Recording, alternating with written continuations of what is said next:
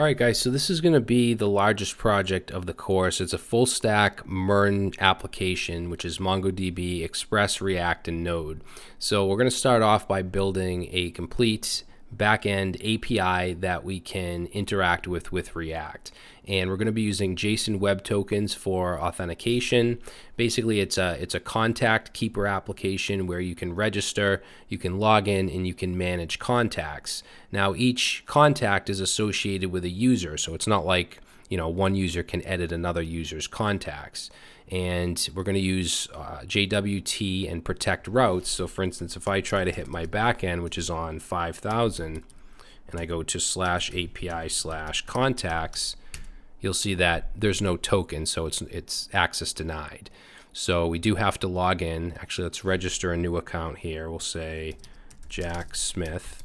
And we do have validation, so if we try to register an email that's already taken, I know this one is already taken,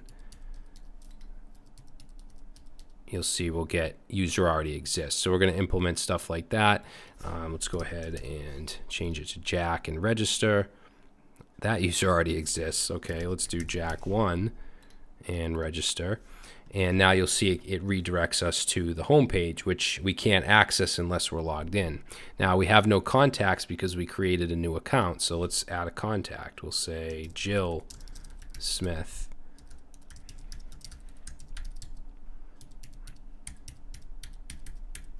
Okay, so we'll say personal. We have an option of personal, professional. We'll say personal, and Jill gets added over here.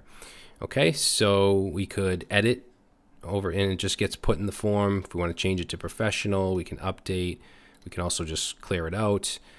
We can filter, which I'll show you in a second. But I want to show you if I log out and I log in as someone else, like John Doe,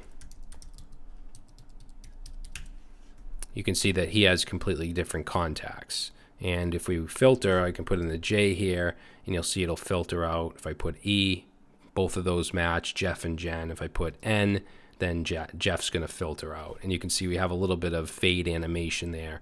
We're going to be using React Transition Group for that functionality. Okay, so as far as the front end, we're going to be using the Context API. So if we take a look at the React tools here, you'll see we have an auth state, and if we look at the provider and down here in value, we have a whole bunch of stuff. So is authenticated is true. We have our token stored. We have our register, login, logout, load user. So if you took the MERN Stack course, this might look familiar, although we're not using Redux. We're using just strictly React with the Context API along with useReducer and useContext hooks. All right, so if we look in the contact state provider, we have things like add contact, clear contacts, all this stuff. So there's quite a bit here. The functionality might not seem like, you know, there's a lot to it, but you can see all the different actions and state that we're dealing with. We also have an alert state as well. All right, so that's what we'll be building, guys. Hopefully you enjoy this and learn a lot from it, and let's get started.